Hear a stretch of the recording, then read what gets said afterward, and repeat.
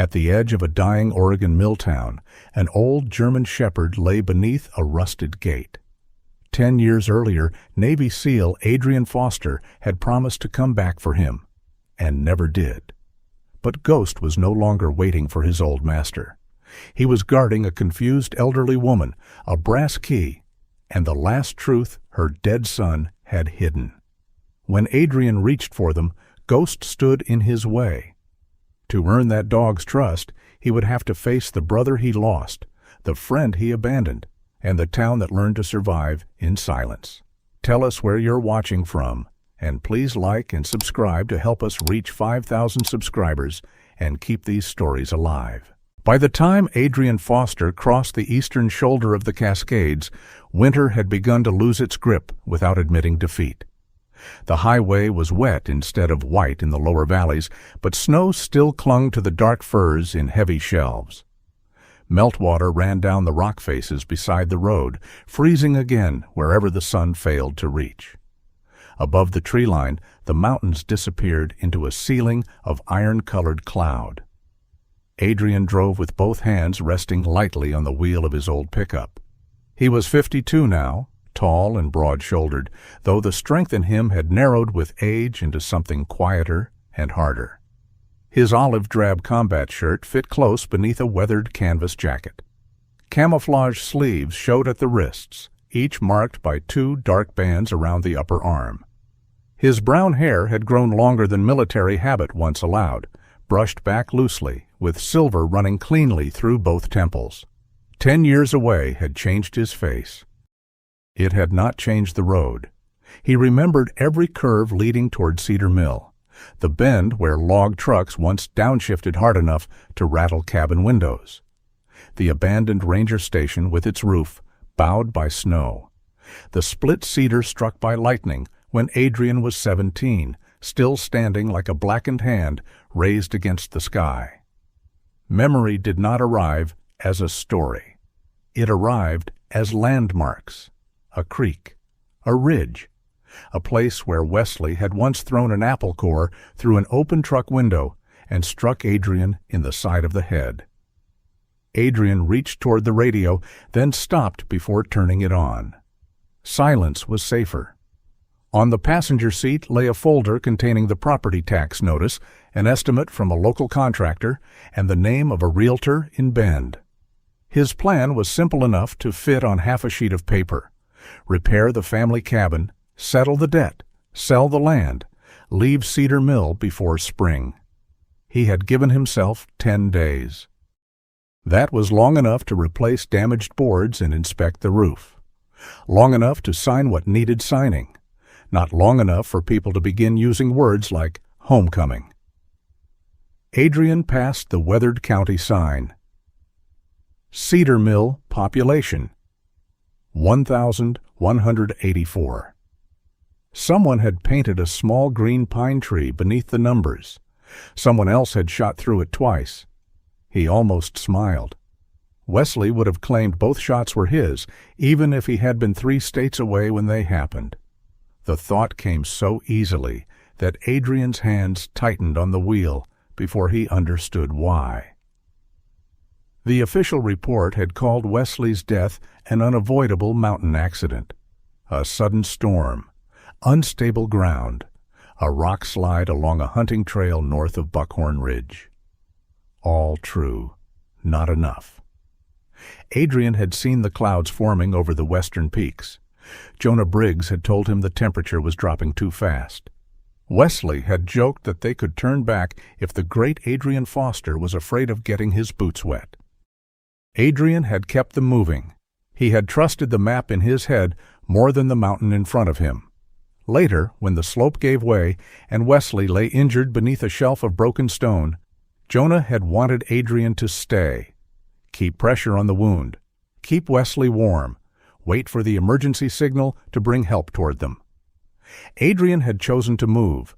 There was a service trail less than 2 miles east. He had believed he could reach it faster, find a vehicle, bring rescue back. By the time he returned, Wesley was gone. For 10 years, Adrian had examined that decision from every angle, as if guilt were a machine that might reveal its flaw if taken apart often enough. It never did. A flicker of movement near the roadside pulled him back. Adrian eased off the accelerator. Ahead, the forest opened around a broad gravel entrance, nearly buried under wind-blown snow. 2 leaning timber posts supported a faded sign, Voss Mill. Behind it stood the remains of an old sawmill, its long roof sagging over dark loading bays. Rusted conveyor frames reached from the main building like the ribs of some enormous animal. A chain-link gate blocked the drive, orange corrosion bleeding through the frost. Something lay beside the gate. At first, Adrian took it for a heap of discarded canvas. Then one ear lifted. He braked. The pickup slid several feet before the tires found gravel beneath the slush. Adrian sat motionless, engine running, watching through the windshield. The animal raised its head. A German shepherd. Old, painfully thin. Black saddle faded with gray, the fur along its back broken by a narrow line of cedar gold. Ice clung beneath its belly and around the long hair of its legs. Nearly half the muzzle had turned silver. One amber-brown eye appeared slightly clouded when the dog shifted toward the light. The left ear bore a small half-moon notch. Adrian's breath caught before his mind allowed the name. No? The dog stared at the truck. Adrian knew the asymmetrical black mask around the left eye. He knew the pale crescent of fur beneath the right. He knew the way the right ear tilted outward when exhaustion began to win. The years fell away, and for one violent second, Adrian saw a younger dog racing beside Wesley through summer grass, tongue hanging sideways, carrying a stolen work glove like a flag of conquest. Ghost. The name came out roughly. The dog's head lifted another inch. Adrian shut off the engine. The sudden quiet felt immense. He opened the door and stepped into ankle-deep snow. Cold air moved under his jacket. He left the gloves in his pocket without knowing why. Ghost watched him come around the front of the truck. There was no bark, no frantic pull against a chain, no joyful charge from the old stories people told about loyal dogs waiting through impossible years. Ghost simply looked at him. Adrian stopped 10 feet away. At 1 year old, Ghost had been too clever for his own peace and too loyal for Adrian's. He had slept against the cabin door whenever Adrian was home and refused food for 2 days whenever Adrian left. Wesley had taught him to open the lower kitchen cupboard. Their mother had blamed mice until she caught both of them sharing crackers on the floor. After the funeral, Ghost had followed Adrian from room to room. That had been the worst of it. Not the whining. Ghost had never whined. The watching. Adrian had survived by refusing to be watched. He had left Ghost with Walt Voss, who had managed the mill before Pinecrest absorbed most of the work in the county. Walt was patient, practical, and already fond of the dog. Adrian had promised it was temporary. He sent money for the first year, then less, then nothing. One Christmas card came back unopened after Walt changed addresses.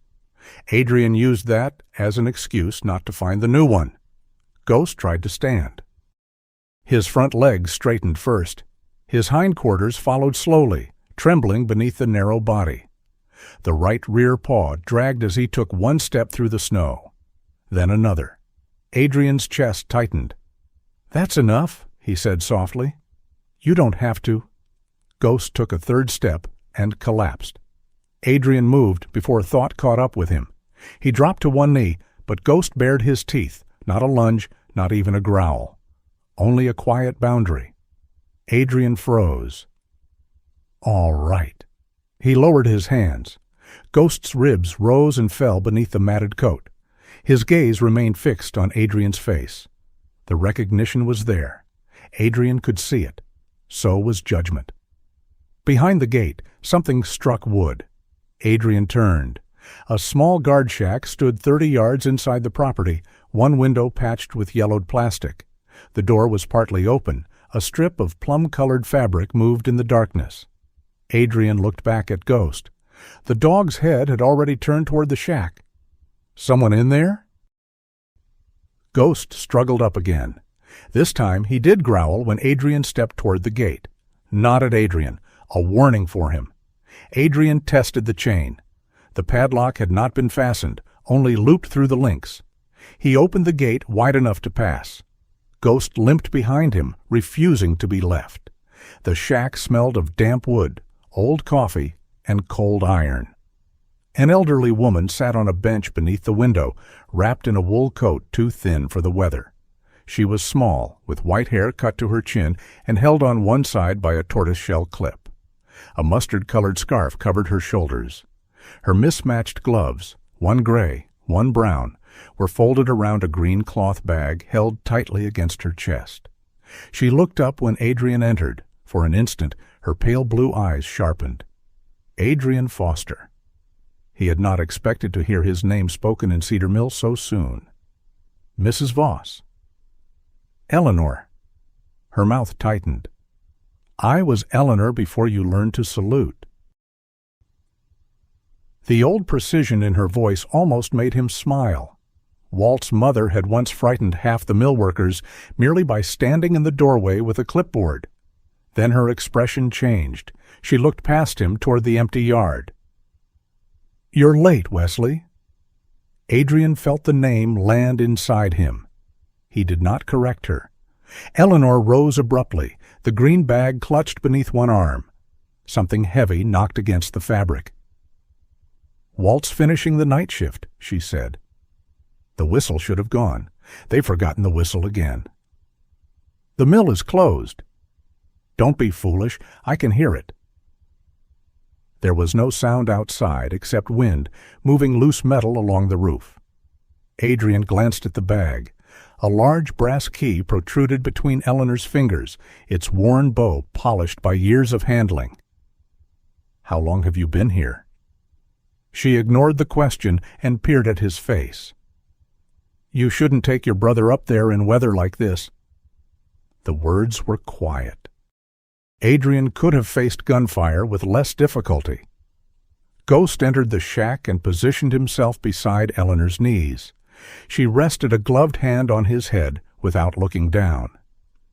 "He knows when Walt is coming," she said. Ghost's ears shifted toward her voice. Adrian looked at the thin coat, the damp hem, the faint blue cast around Eleanor's lips. He saw the small details he had trained himself to notice in other places.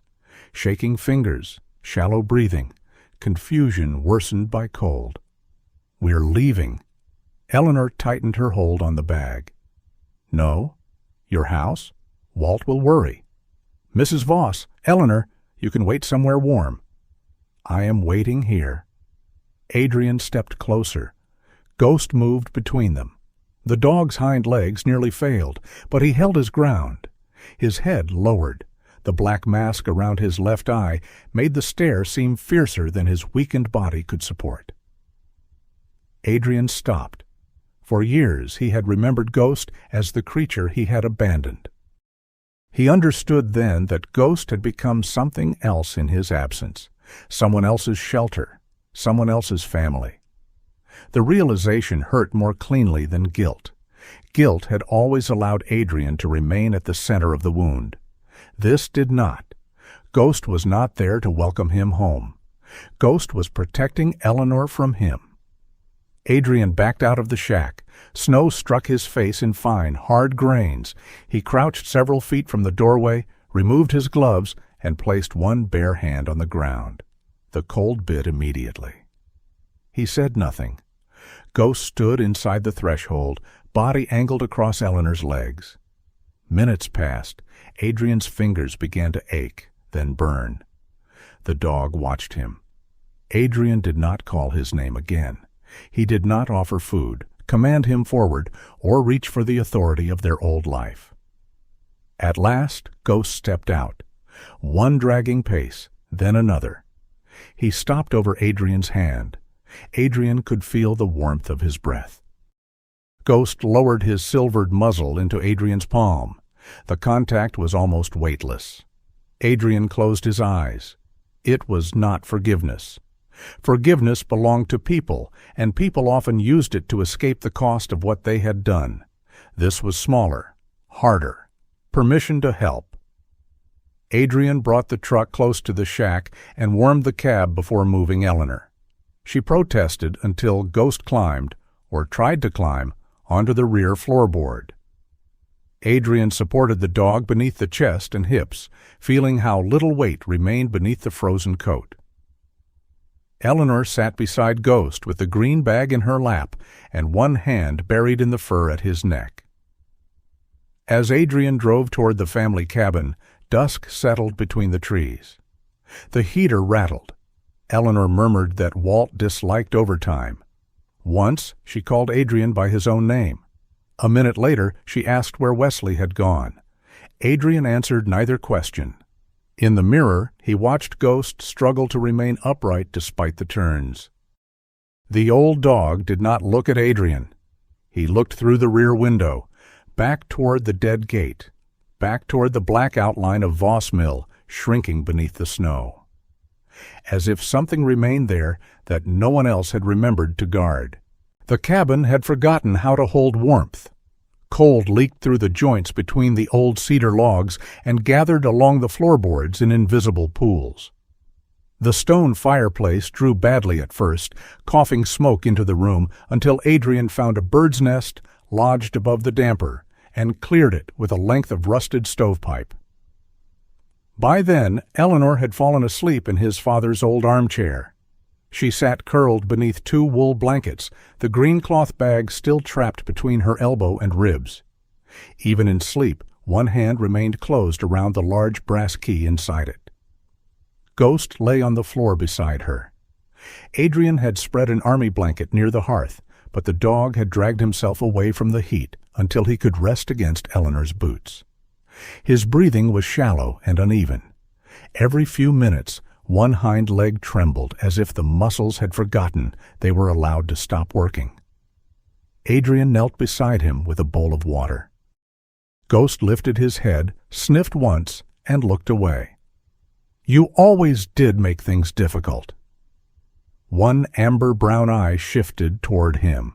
It was not affection, but it was close enough to an answer that Adrian felt the corner of his mouth move.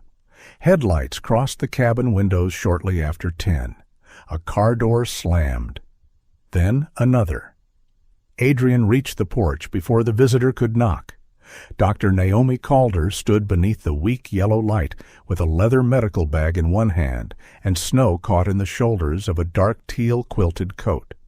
She was 46, lean and straight-backed, with thick black hair tied low at the nape of her neck. A single silver streak showed above her right temple.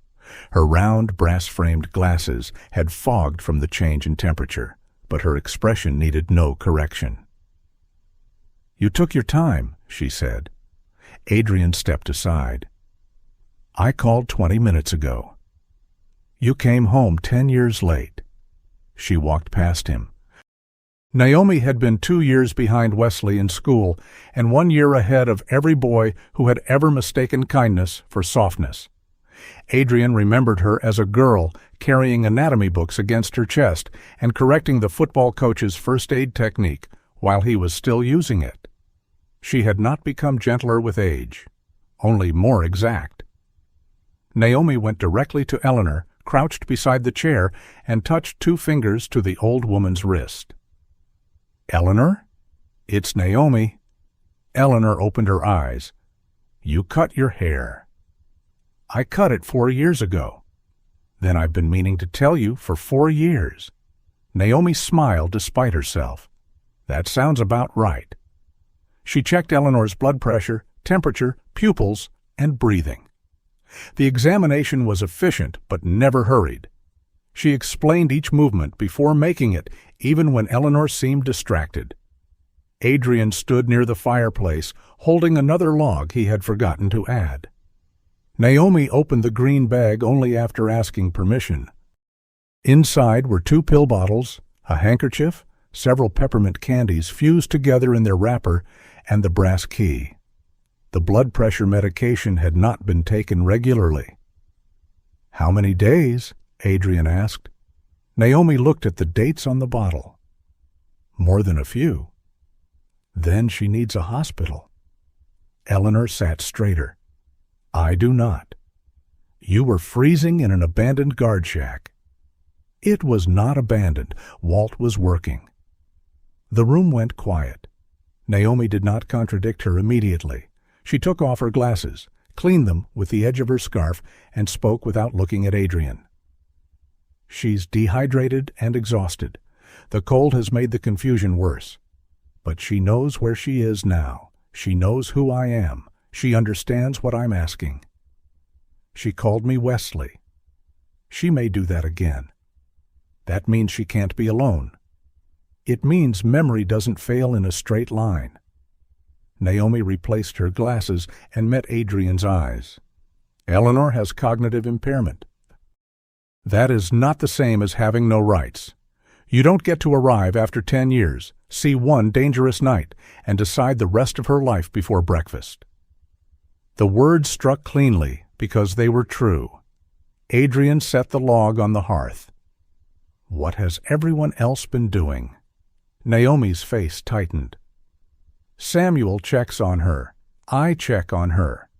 Jonah brings groceries and firewood. Mrs. Pettigrew from the post office drives her to appointments when she agrees to go. We have filed 2 referrals with county services. Eleanor refuses strangers, locks the door, and sometimes leaves before they arrive. I'm sitting right here, Eleanor said. Naomi turned toward her. Yes, you are. And I refuse strangers because strangers open drawers. That is also true. Eleanor nodded, satisfied, and closed her eyes again. Naomi's voice dropped. Her furnace line froze 3 nights ago. Jonah arranged a repair, but the part won't arrive until tomorrow. She was supposed to stay with Samuel. She left his guest room before dawn. Why didn't anyone tell me? Naomi stared at him for a long moment. No one knew where to send the message. Adrian had no reply. The fire settled behind him with a soft collapse of embers. Naomi moved to Ghost next, careful not to approach from directly above. The dog watched her, but did not bare his teeth. He remembers me, she said. You treat dogs now? No, I know enough to say he needs someone who does. She touched the fur above his shoulder, then stopped when Ghost's body stiffened. Lillian Park is still running the mobile veterinary route. I'll call her. She can be here after sunrise. Adrian glanced down at the dog's narrow ribs. Will he make it until then? Naomi's expression softened by a degree. He made it through the storm. Keep him warm, offer small amounts of water, and don't force him to eat. He's old, Adrian. Old is not the same as finished. Eleanor's eyes opened again. Walt said that. Naomi looked toward her. About Ghost? About people. For the first time since entering, Naomi seemed to lose the next sentence. The silence that followed did not feel empty. It felt occupied by someone who was no longer there. Before leaving, Naomi wrote instructions on the back of one of Adrian's tax notices. She pressed the pen hard enough to leave grooves in the paper. At the door, she paused. Walt died 22 months ago. Adrian looked up. Naomi continued before he could ask. Pinecrest Sorting Yard. The report said equipment failure and operator error. Walt was the operator? He was the man who died. She opened the door, letting in a blade of cold air. Those are not always the same thing. By 7 the next morning, the cabin smelled of boiled chicken, damp wool, wood smoke, and the medicinal sharpness of the liniment Adrian had found in the bathroom cabinet. Ghost had accepted 3 swallows of water and half a spoonful of broth. Adrian counted both as victories and distrusted himself for needing them. A faded blue van arrived with the words, Cascade Mobile Veterinary Service, painted along one side beneath a line drawing of a horse, a dog, and what might have been an unusually confident goat. Dr. Lillian Park climbed out carrying a Navy medical case. She was 61, compact and sturdy, with silver hair cut into a short pixie and dark red rectangular glasses. Green rubber boots reached nearly to her knees. She took one look at Adrian and pointed toward the cabin. "You can explain later. The dog first." Inside, she examined Ghost on the floor rather than moving him onto a table. Her hands were patient and sure. She listened to his lungs, checked his gums, moved each joint carefully, and stopped whenever his breathing changed. Ghost tolerated the examination with the grave displeasure of an old king being measured for a coffin. "He dislikes you," Adrian said. Lillian pushed her glasses up with her wrist. "He dislikes pain. You are merely nearby." She found severe arthritis in both hips, worse on the right, muscle wasting along the hindquarters, dehydration, malnutrition, and a mild respiratory infection. The hip injury was old, possibly several years, and had healed poorly. "He can improve," she said, drawing medication into a syringe. "That does not mean he will become young." "I know." "No, you remember him young. That's different." Lillian gave Ghost fluids beneath the skin and prepared a schedule for pain medication and small meals. She warned Adrian against letting him climb stairs or walk long distances. "Every step costs him something now. Your job is to make sure he spends those steps on things that matter." Eleanor, awake beneath her blankets, looked down at Ghost. "He spent them on me." Lillian rested one hand briefly on Eleanor's shoulder. "Yes," she said. "I expect he did." While packing her instruments, Lillian told Adrian she had treated Ghost for years. Walt brought him in regularly, even when money was thin. "He paid badly," she said, "but creatively. Rebuilt half my west fence, repaired the axle on this van. Once brought me enough cedar to panel an examination room I did not ask to have paneled." "Sounds like Walt." "He also said you were coming back." Adrian looked at her. "When?" "Every year." Lillian closed the medical case. The last year, he stopped saying when. She left before Adrian could decide whether the statement was accusation or mercy. At noon, a heavy knock shook the door. Reverend Samuel Hardy entered, carrying an iron pot, a stack of split firewood under one arm, and a pan covered with a checkered towel. He was 67, broad through the chest and softer through the middle, with a shaved head and a neatly trimmed white beard. "Soup," he announced, "and cornbread." Eleanor frowned at the covered pan. "Which one is the dangerous item?" "The lack of faith in this house wounds me." Samuel set the food down and looked at Adrian. His warmth did not disappear, but it became more deliberate. "Welcome home," Adrian nodded. "Reverend." "Samuel, Reverend is what people call me when they want something free or want me to stop talking." He fed the fire, checked the window latches, and spoke to Eleanor without correcting her when she asked whether Sunday had already passed.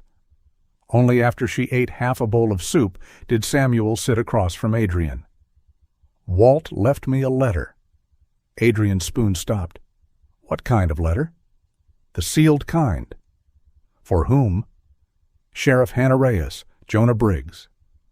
Samuel's gaze moved to Ghost, asleep beside Eleanor. Or the man Ghost chose when the time came. Adrian stared at him. "You think last night means he chose me?" "I think last night means he allowed you into a truck." "That isn't an answer." "It wasn't meant to be." Samuel folded his large hands over his stomach. "Walt was specific. I have kept his instructions." "I intend to continue keeping them." "Then why tell me?" "Because secrecy and surprise are different things. Walt asked me to keep the first. He did not ask me to manufacture the second." Adrian leaned back. "You don't trust me." Samuel's expression was almost sad. "I don't know you anymore." That answer landed harder than distrust. Before Adrian could respond, an engine growled outside. not the smooth approach of Naomi's car or the uneven rattle of Lillian's van. This one was diesel, heavy and familiar. Ghost's eyes opened. The cabin door swung inward before Adrian reached it. Jonah Briggs stood on the threshold with a 50-pound bag of dog food over one shoulder and a worn green support harness hanging from one hand. He was shorter than Adrian, built thick through the forearms and torso. Oil darkened the creases of his hands. His black hair, cut unevenly and silvering at the sides, looked as if he had trimmed it himself over a sink. A heavy mustache connected to a short beard at the chin, leaving the cheeks mostly bare. A pale scar split his right eyebrow. For 10 years, Adrian had remembered Jonah as the last person who saw Wesley alive. The man in the doorway looked as if he had spent those years remembering the same thing. Ghost tried to rise. Jonah dropped the bag. He crossed the room in 3 quick steps and knelt. Ghost leaned forward, pressing his head against Jonah's chest with no hesitation, no caution, no measured permission. Jonah closed both arms around him. "Well," he whispered. "There you are." Adrian looked away. The difference should not have hurt. It did. Jonah examined the shaved patch on Ghost's leg, the medication bottles, and the bowl of broth. His expression shifted from relief to calculation. "Lillian came?" "This morning." "She say he can travel?" "She said he shouldn't."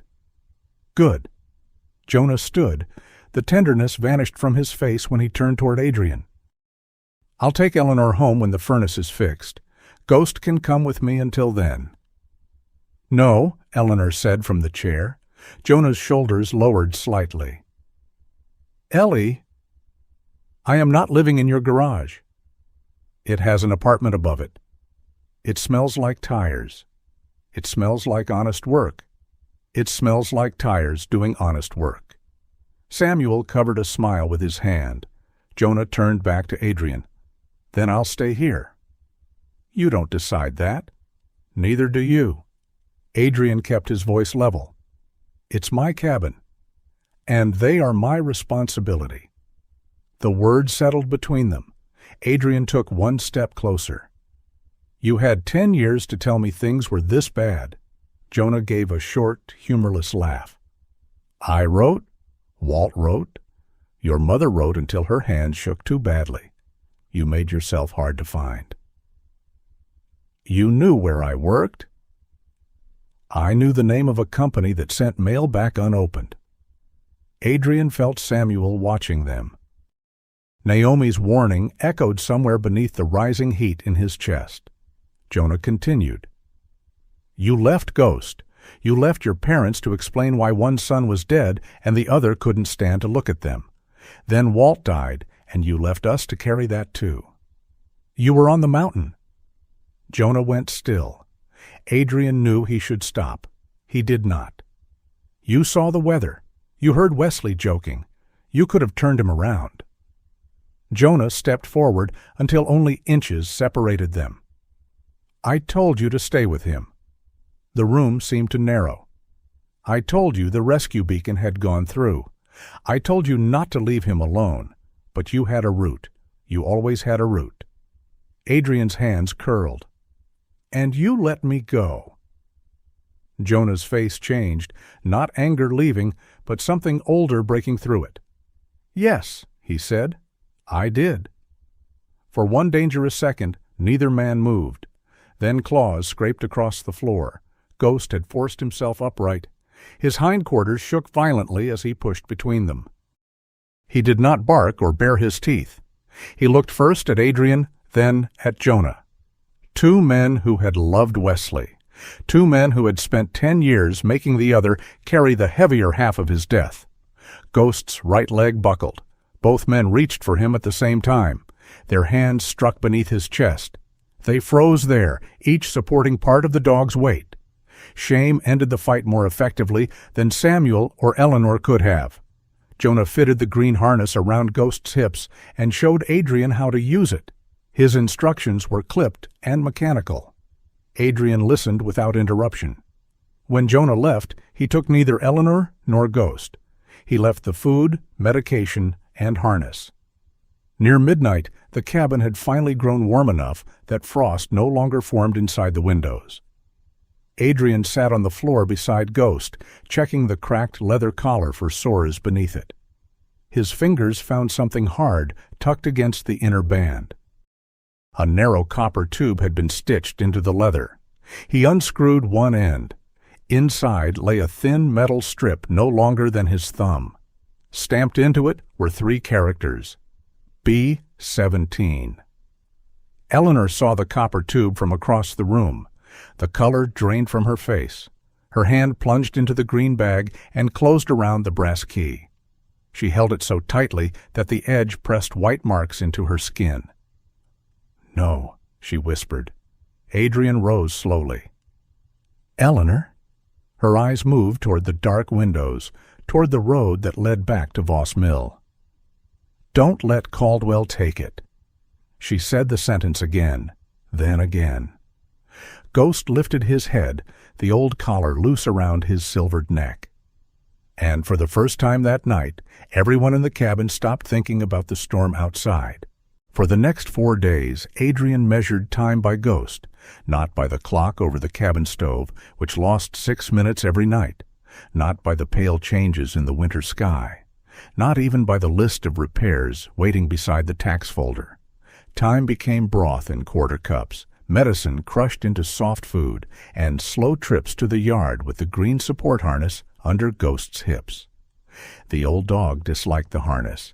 He accepted it only after attempting to stand without help, failing and staring at Adrian as though the failure belonged to the equipment rather than his own body. "You can blame me," Adrian said, fastening the strap beneath Ghost's belly. "I have experience." Ghost gave him a flat look and limped toward the door. The ice had begun melting from his coat.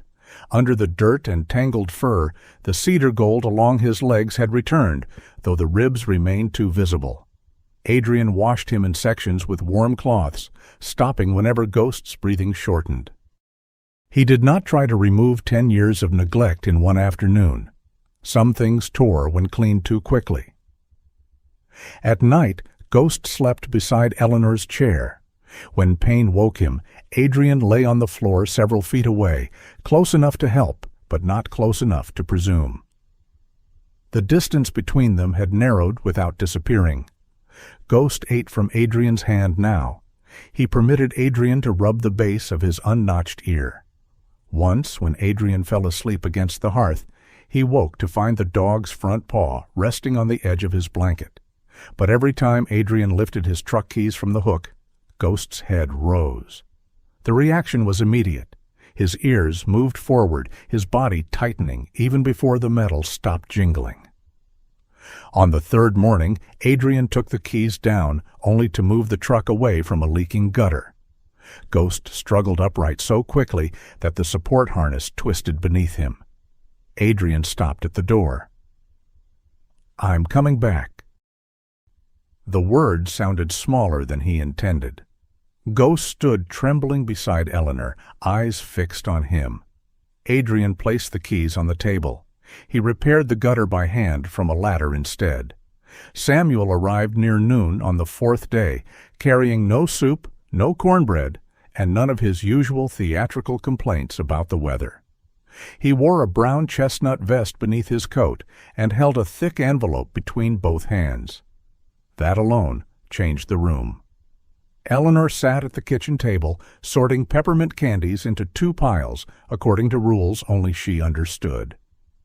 Ghost rested beneath her chair, the copper tube still secured to the cleaned leather collar around his neck.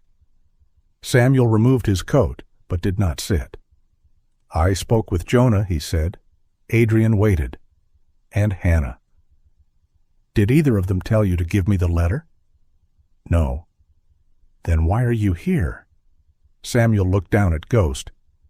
"Because Walt did not ask me to find a perfect man. He asked me to recognize a decision." Adrian glanced toward the truck keys lying untouched on the table. Samuel saw the movement, but did not explain further. He placed the envelope in front of Adrian.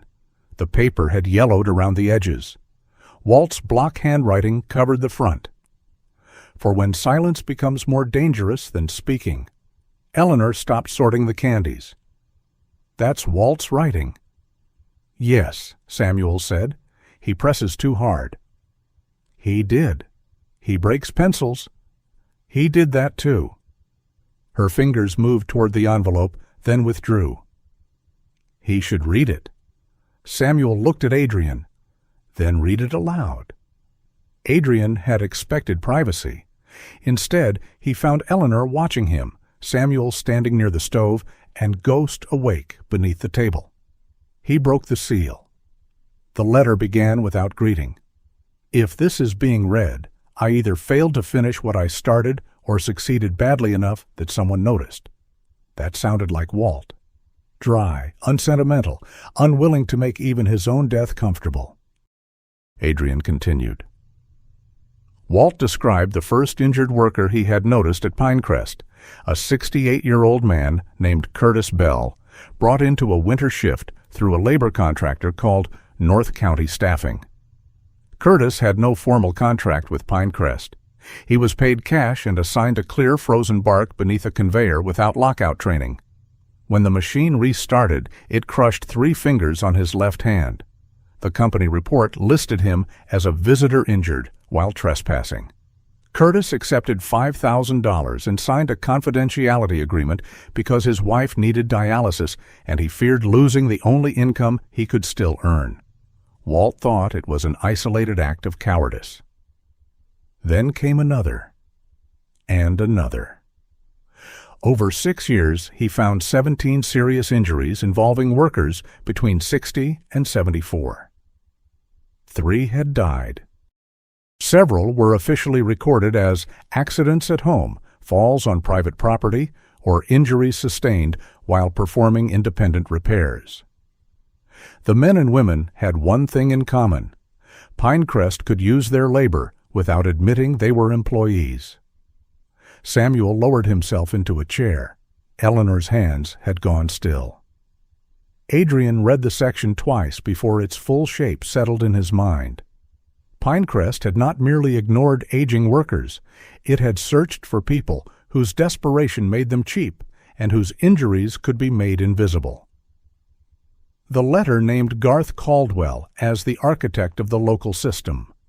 Caldwell was Pinecrest's regional operations director, responsible for keeping winter output high and reported accidents low. His annual bonus depended on both numbers. He routed cash payments through North County Staffing, a company registered to his brother-in-law, and used temporary codes rather than employee names on internal schedules. Walt had copied some of those schedules. He had also discovered machine guards removed from 2 sorting lines because they slowed production during freezing conditions. They call the older ones careful because it sounds better than frightened, Walt had written. Then they send them into the jobs younger workers refuse. Adrian paused. Eleanor looked toward the window. Walt hated that place, she said. Samuel's voice was gentle. He hated what it became. No, he hated the break-room coffee. He said injustice could be endured longer than that coffee. A brief laugh escaped Samuel.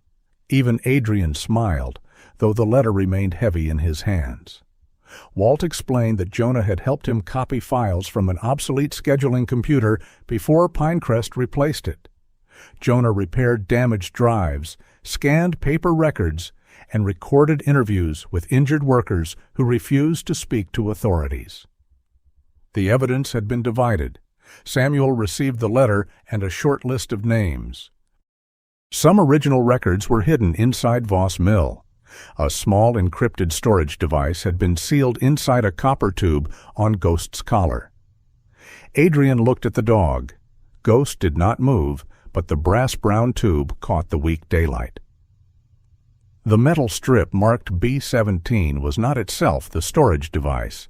It was a key insert concealing a micro SD card beneath a false backing. The data could not be opened without an encryption phrase recorded in the original B-17 files. Walt had built the system to prevent any single piece from destroying everyone involved if it were found. It also meant the letter could not prove its own claims. The names were incomplete. The copied numbers required company records for comparison. Some witnesses had withdrawn permission. Walt knew that after his death, Pinecrest's attorneys would describe him as bitter, confused, or financially motivated. The last page was shorter.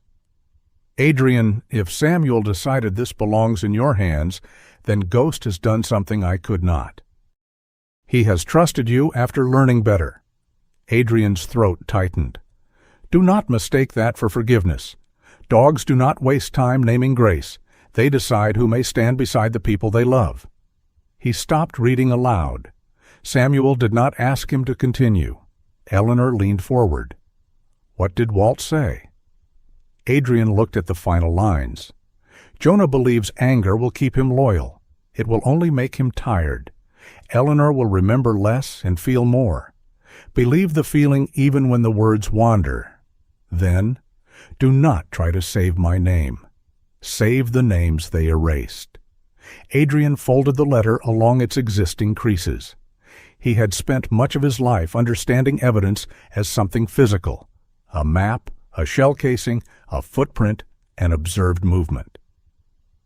Walt's letter was something more difficult. It was a dead man asking the living to risk themselves for people who might still refuse to speak. The knock came before anyone could decide what to say. Sheriff Hannah Reyes entered, carrying a waterproof gray notebook and the kind of quiet authority that made introductions unnecessary for long. She was 44, compact and balanced in a slate blue uniform beneath a winter jacket. Her dark hair was cut into a short bob, tucked behind one ear. A thin white scar followed the right side of her jaw. She read the letter standing at the kitchen counter, not quickly, not emotionally. When she finished, she photographed every page, logged the envelope, and asked Adrian to show her the copper tube without removing anything further. This is enough to reopen questions, she said. It is not enough to search Pinecrest property or accuse Caldwell publicly. Walt named him. Walt is dead and cannot be cross-examined. He documented 17 injuries. He described them. We still need records, witnesses, and a legal chain showing where every document came from. Samuel frowned. You believe him? Hannah closed the notebook. What I believe determines where I look. What I can prove determines what survives court. She had served in military police before returning to Oregon, Samuel explained, though Hannah's manner suggested she preferred that history to remain background rather than credential. She had reviewed Walt's death file that morning. The sorting yard camera had stopped recording 17 minutes before the accident and resumed after the body was removed. A maintenance technician listed as a witness left Cedar Mill 2 days later. The initial scene report had been signed by a county contractor whose daughter was married to a Pinecrest shift manager. Was Walt operating the machine? Adrian asked. The report says he entered a restricted zone during active operation. Did anyone verify why? No. The single word carried more anger than a speech would have. A second visitor arrived an hour later in a camel-colored winter coat, moving carefully over the icy porch without surrendering any dignity to it. Clara Bell was 58, slender, straight-backed, and sharp-featured, with reddish-brown hair silvering at the temples. Black cat-eye glasses framed pale green eyes. She carried a forest green leather case that looked older than most of the legal aid office furniture in Cedar Mill. She greeted Eleanor first, not Adrian, not Hannah. Mrs. Voss, I'm Clara Bell. Naomi asked me to discuss the mill and your house. May I sit? Eleanor studied her coat. You'll wrinkle it. I have survived worse. You're a lawyer. That is one of the worst things. Eleanor allowed her to sit. Clara explained the ownership structure slowly. Voss Mill's main building and most of the land remained inside the Voss family trust, with Eleanor as beneficiary. Pinecrest held an old access easement and limited use rights over the North Storage Yard and Hall Road. "They do not own the mill," Clara said, "but they have applied for emergency authorization to remove sections they claim are unsafe." "Can they?" Adrian asked. "They can try. Companies often confuse applying with possessing." Clara's work was not only about property. She needed to document Eleanor's current wishes while Eleanor could still express them clearly. The goal was to create limited authority for medical and financial assistance without handing control of her life to someone else. "I don't need a keeper," Eleanor said. "No," Clara replied. "You need fewer people pretending your confusion gives them permission." Eleanor considered this and nodded. The sound of tires on gravel ended the conversation. A black Pinecrest SUV stopped beside Hannah's patrol vehicle. Garth Caldwell emerged wearing a dark moss field jacket over a pale gray shirt. He was 56, broad in the neck and shoulders, with neatly combed blonde-gray hair and a face shaved so cleanly it seemed deliberate. Black leather boots carried almost no mud despite the thawing yard. His left hand remained in his coat pocket. Adrian noticed that before he noticed the smile. "Quite a gathering," Garth said from the open doorway. Hannah did not invite him in. "What do you need, Mr. Caldwell?" "I heard Mrs. Voss had a difficult night. Pinecrest has always considered Walt's family part of ours." Eleanor's mouth tightened. "You sent no flowers." Garth's smile held. "I attended the service." "You stood near the door." For the first time, the smile shifted. He presented his visit as concern. Pinecrest would pay to repair Eleanor's furnace. The company could arrange professional in-home care. It remained willing to purchase Voss Mill at a price well above practical value. Then his attention settled on Ghost. "We also work with an excellent veterinary facility in Portland, better equipped for a dog in that condition." Ghost rose before Adrian could touch the harness.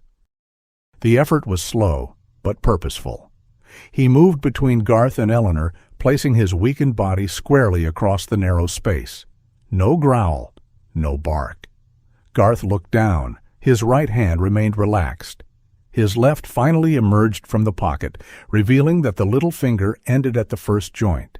Then he saw the copper tube against Ghost's collar. The pleasantness left his eyes. Only for a second. But Adrian saw it. So did Hannah. Garth adjusted one glove and stepped back. "I would be careful with old things," he said. "People tend to assign meaning after the people who own them are gone." Adrian stood beside Ghost. Walt assigned the meaning himself. Silence held at the doorway. Garth looked at him, measuring not his size, but his intentions. "There are men who come home to bury the past," he said, "and men who dig until it buries them." He turned before Adrian could answer. The SUV rolled away, leaving 2 clean tire tracks through the dirty snow. Ghost remained standing until it disappeared beyond the trees. Only then did his hind legs begin to shake. Adrian lowered the support harness beneath him. This time, Ghost allowed the help without resistance. Cedar Mill had never needed walls to keep secrets. It had mortgages. It had winter heating bills, children who needed braces, and pickup trucks one repair away from becoming yard ornaments. It had a volunteer fire department with Pinecrest timber painted across the side of its newest engine. The company funded school uniforms, the Christmas parade, and half the folding chairs in Reverend Hardy's church basement. People did not have to admire Pinecrest to depend on it. They only had to imagine losing it. Hannah explained this at Naomi's clinic while snowmelt dripped from Adrian's jacket onto the linoleum floor. "We cannot build this around Walt's letter alone," she said. "We need records created before anyone knew there would be an investigation. Medical files, employment slips, photographs, repair logs. Most of all, we need people willing to attach their names to them." Naomi stood beside a locked filing cabinet, brass-framed glasses low on her nose. Medical files are not a public well. I can review patterns, but I cannot hand you records because we share a suspicion. I'm not asking you to. Good. I dislike arresting the sheriff.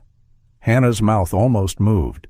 Adrian had begun to understand that in Cedar Mill, affection was often expressed through threats no one intended to carry out.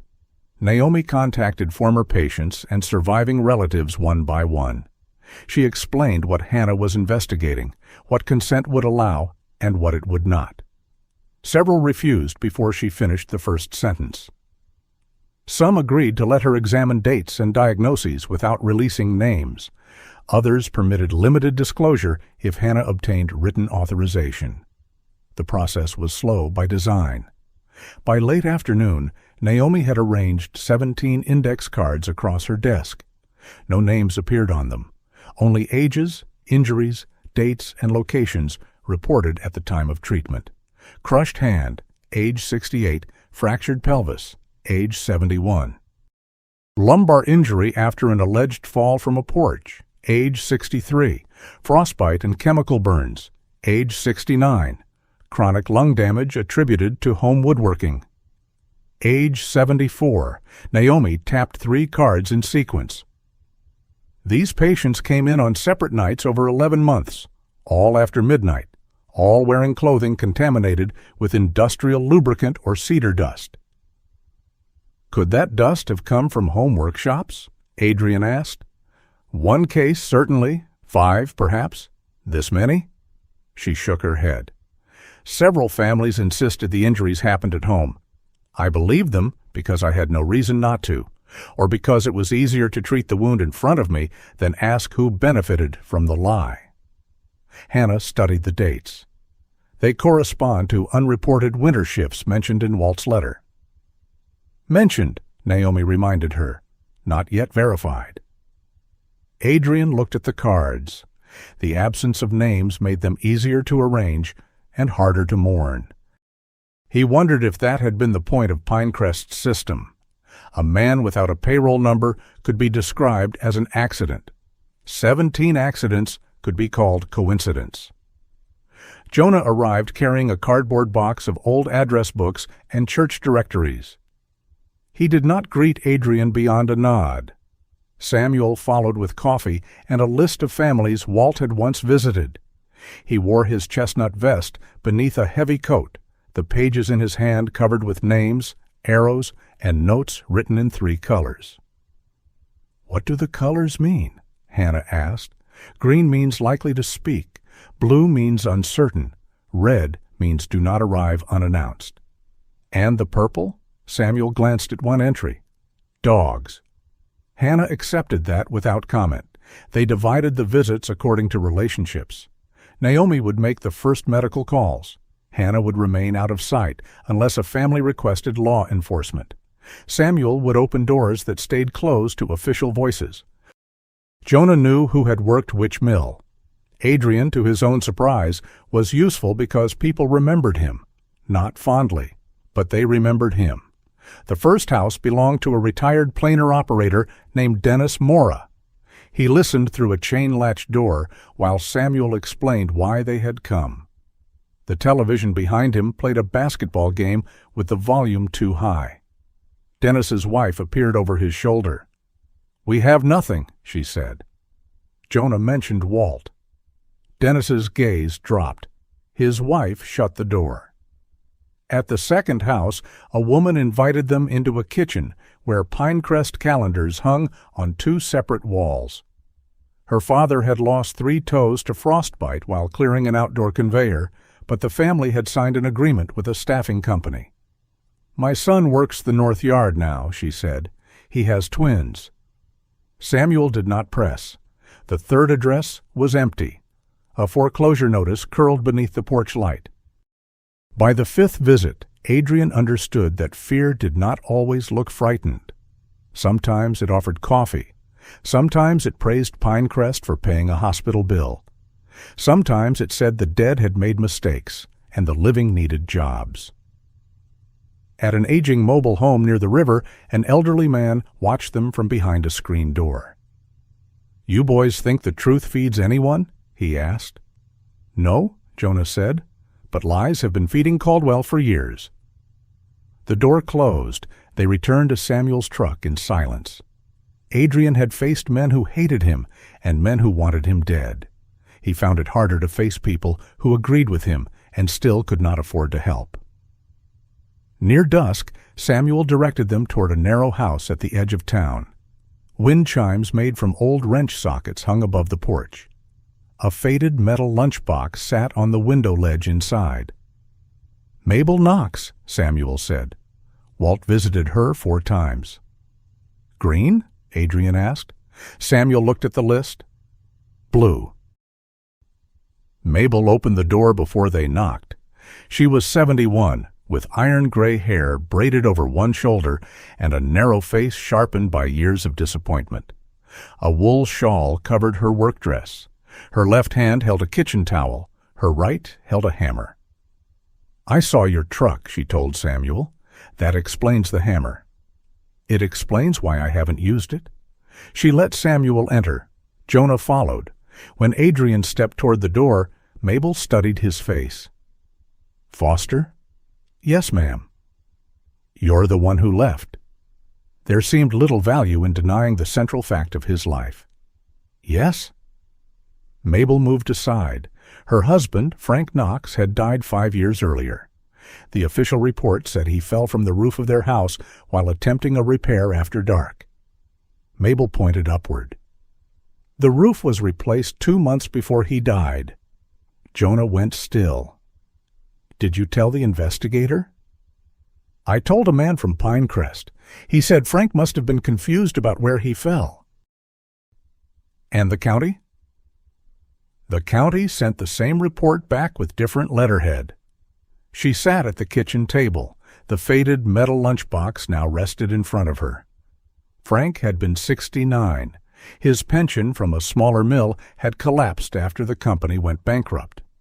Pinecrest offered occasional cash work through North County staffing, snow clearing, equipment washing, yard maintenance. "Whatever needed doing after the regular men went home," Mabel said. The night Frank died, he had been called to clear frozen bark from a sorting line. 2 Pinecrest employees brought his body to the hospital in a private pickup, then told doctors they had found him injured near his house. "Why did you sign their statement?" Adrian asked. Mabel did not look offended. That was worse. "My grandson had just received a Pinecrest scholarship. First person in our family accepted to college. Caldwell came here himself. Sat where you're sitting." She pointed toward Adrian's chair. "He said an investigation would damage the company. Said scholarships were reviewed each semester, according to community standing." Samuel lowered his eyes. Mabel placed both palms on the lunchbox. "I chose the boy who was alive." No one answered. The sentence required no defense. She opened the rusted clasp. Inside lay Frank's dented thermos, a pair of work gloves, several pencils, and a folded piece of paper sealed in a plastic sandwich bag. Mabel removed it carefully. The page was a shift assignment. No employee name appeared, only a temporary code. But Frank had written his initials beside it. The machine designation matched the sorting line described in his hospital intake notes. At the bottom was Walt Voss's signature.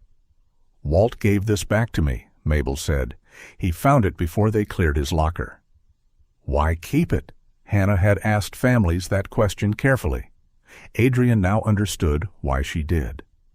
Mabel's thumb moved over the plastic. "Because I wanted one thing in this house that did not call my husband a fool." The room seemed to grow smaller around her. Her grandson had finished college and moved to Washington. Pinecrest could no longer take his future from her. What remained, Mabel said, was the shame of allowing Frank's final story to belong to the people who had killed him through carelessness, and rename that carelessness as his own.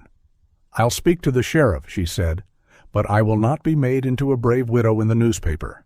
I was afraid. Write that down too." Samuel nodded. The truth can hold both. On the drive back, Jonah stared through the windshield. Snow began falling again, thin and dry. "Walt found me in a bar after Wesley died," he said.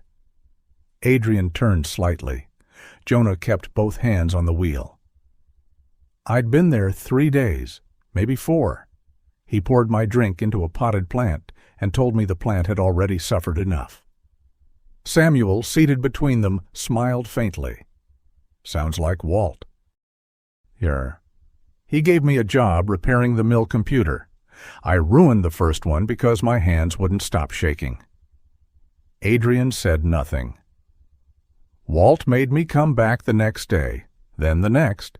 Eventually, he showed me the scheduling records. Said if I wanted to spend my life feeling guilty, I could at least make the guilt useful." "That's why you helped him." "That's why I started." Jonah's jaw tightened. "I kept helping because Wesley thought I was better than I was." The truck passed the dark bulk of Pinecrest's main yard. Floodlights burned over stacks of timber, turning the falling snow white as ash. "I wrote to you," Jonah continued, "when Walt began finding the false shifts, when his tires were cut, when he started checking under his truck before turning the key." Adrian looked down at his hands. "I received some of them." Jonah's eyes left the road for half a second. "How many?" "Enough." "Did you read them?" "Yes." Samuel shifted but did not interrupt. "I was in Kuwait." "Then Djibouti. Private contracts." Adrian swallowed. "I told myself Walt knew what he was doing. I told myself Hannah would handle it if there was anything real." "Hannah wasn't sheriff then." "I know." "You knew then, too." Adrian looked through the side window. He had built his absence from reasonable statements. One contract could not be abandoned. One warning was probably exaggerated. One unanswered letter did not make a pattern. Until it did.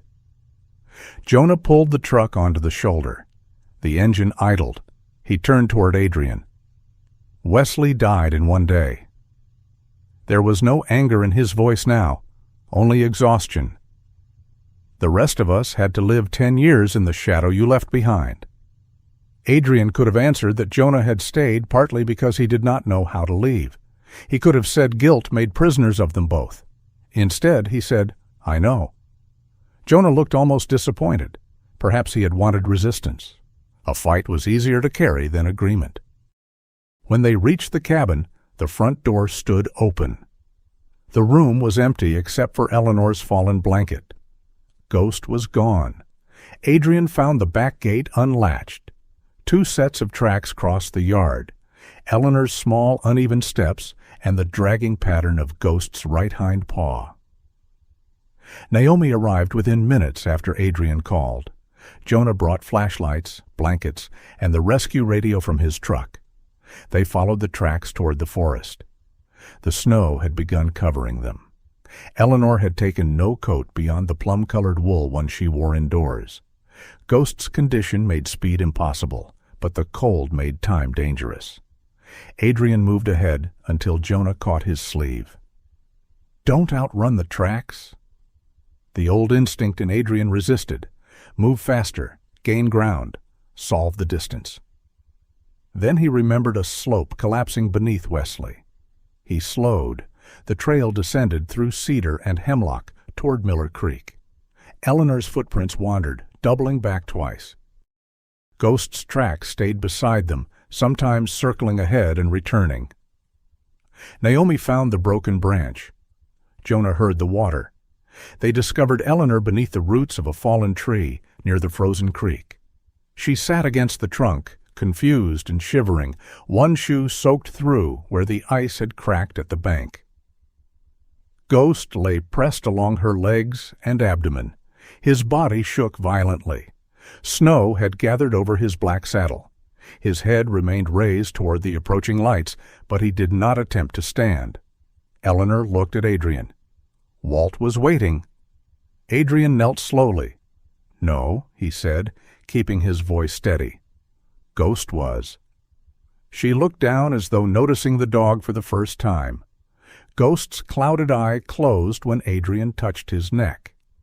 There was no mystery in what the dog had done, no hidden command, no old training resurfacing at the perfect moment. He had followed the last person he refused to lose. Adrian wrapped Eleanor in a thermal blanket while Naomi checked her hands and breathing. Jonah secured Ghost in the support harness, and together they lifted him onto a canvas rescue sling. On the way back, Eleanor gripped Adrian's sleeve. "Don't send me away." The request was clear, present, entirely her own. Adrian looked at Naomi, who did not answer for him. "I won't force you out of Cedar Mill," he said, "but we have to make it safe for you to stay." Eleanor studied his face. "You said you'd come back before." The words might have belonged to Walt, Wesley, or Ghost, perhaps to all of them. This time, Adrian said, "You won't have to believe the promise by itself." At the cabin, Hannah was waiting with documents in a waterproof folder. Mabel had signed her statement. Naomi's authorized medical comparisons had been logged. Walt's letter and the shift sheet created enough cause for a judge to issue a temporary preservation order over the portion of Voss Mill owned by the family trust. "The main structure cannot be altered while we document it," Hannah said. "And the north yard?" Jonah asked. "Pinecrest's demolition permit is still under review, not canceled. Their easement complicates the boundary." "How long do we have?" Adrian asked. Hannah looked toward the dark ridge beyond the cabin. "Days, not weeks." Behind them, Ghost slept beneath 2 blankets, one paw resting against Eleanor's boot. Outside, snow filled the tracks that had led them home. Voss Mill looked larger from the inside. Outside, the abandoned building had seemed to be collapsing inward beneath snow and rust. Beyond the main doors, its darkness opened in every direction. High rafters, suspended chains, silent conveyors, and timber rails disappearing beneath layers of dust. The place had not died cleanly. It had simply stopped in the middle of a working day. A dented thermos remained on a shelf near the time clock. One leather glove lay beneath a bench, its fingers curled as though the missing hand had only just pulled free. Resin still scented the damp walls, faint but stubborn, surviving long after the voices and machinery had gone. Adrian stood inside the entrance and listened. Wind tapped loose sheet metal against the roof. Water dripped somewhere beyond the sorting floor. Each sound traveled through the mill and returned altered, making the building seem occupied by cautious footsteps. Hannah entered behind him, body camera already recording. Her slate-blue winter jacket carried beads of melting snow along the shoulders. "For clarity," she said, "we are documenting the condition of property owned by the Voss Family Trust. We are not opening locked containers outside that boundary, removing structural panels, or entering the north storage section." Jonah adjusted the flashlight clipped to his work jacket. "You rehearsed that." "I've met you." Clara stood near the doors with Eleanor's signed authorization inside her forest green case. The old woman had remained at Samuel's church under Naomi's care. Clara had gone over every page with her twice that morning, asking the same questions in different ways to confirm that Eleanor understood what she was permitting. She authorized inspection, Clara reminded them, not demolition in the name of enthusiasm. Jonah looked at Adrian. "That was for you." "It was for both of you," Clara said. Ghost waited in the truck. That had been the agreement. Lillian had repeated it so firmly that Adrian suspected she would personally break both his legs if Ghost returned with another injury. The dog had survived the night near Miller Creek, but the effort had cost him.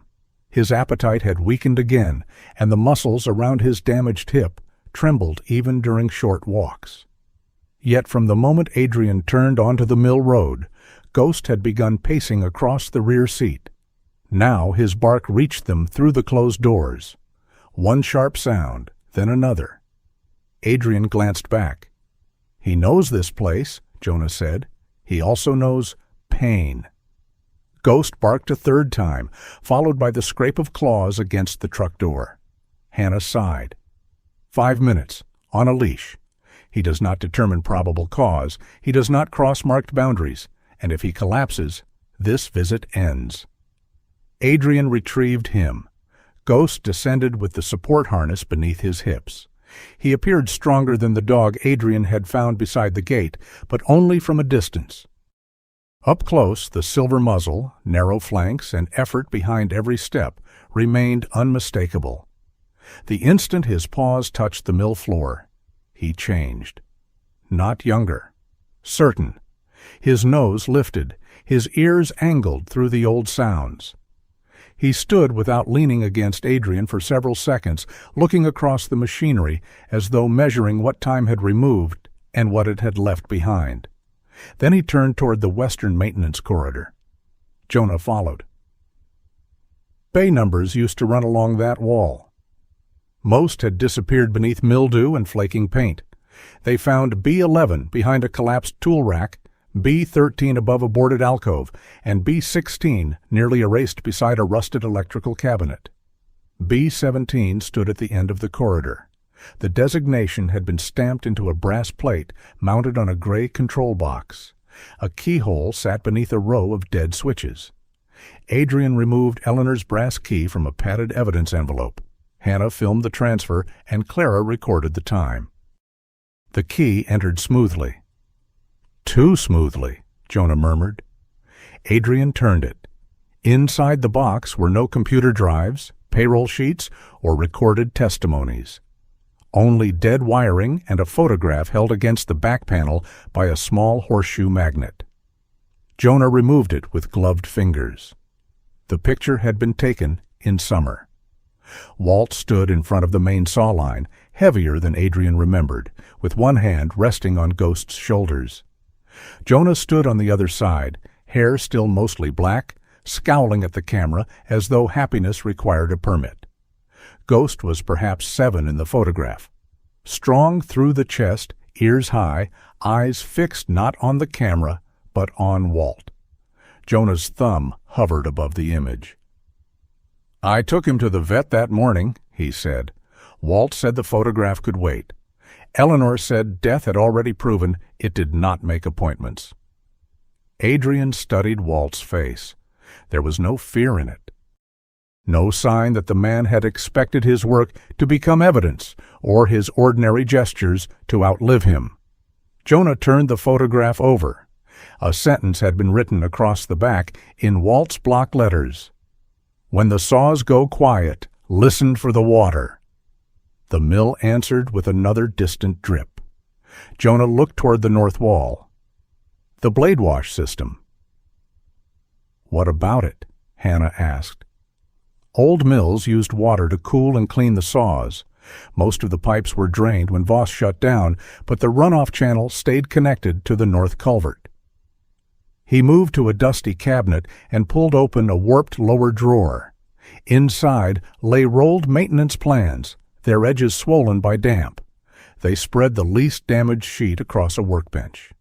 The diagram showed a network of water lines, service corridors, and bark removal channels beneath the main floor. B17 sat above a narrow maintenance cavity. A drainage pipe ran from it toward the north sorting area. Ghost had left the control box. He stood 20 feet away, beside the old blade-washing trough, nose lowered to a seam in the floor. Adrian guided him back before the leash tightened around a rusted railing. The boards beneath the trough looked wrong. Most of the mill floor had darkened evenly with age. Here, 6 planks were newer, their grain tighter, and their nail heads less corroded. Jonah crouched. These weren't replaced when the mill closed. Hannah photographed the boards. "Can you lift them without damage?" Jonah examined the edges. Not honestly.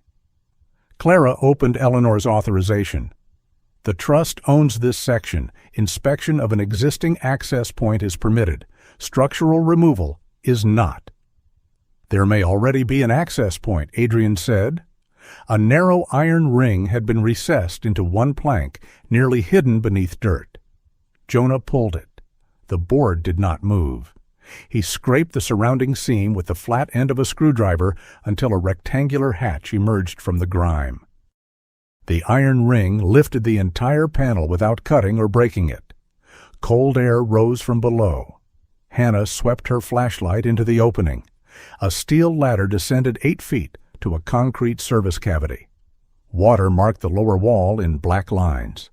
A metal cabinet stood at the far end beneath a pipe coated in mineral deposits. They entered one at a time. Ghost remained above with Clara, protesting in a low, restless whine. The chamber smelled of wet concrete and machine oil. Adrian's boots landed in shallow water. Jonah moved directly to the cabinet. Its door stood open.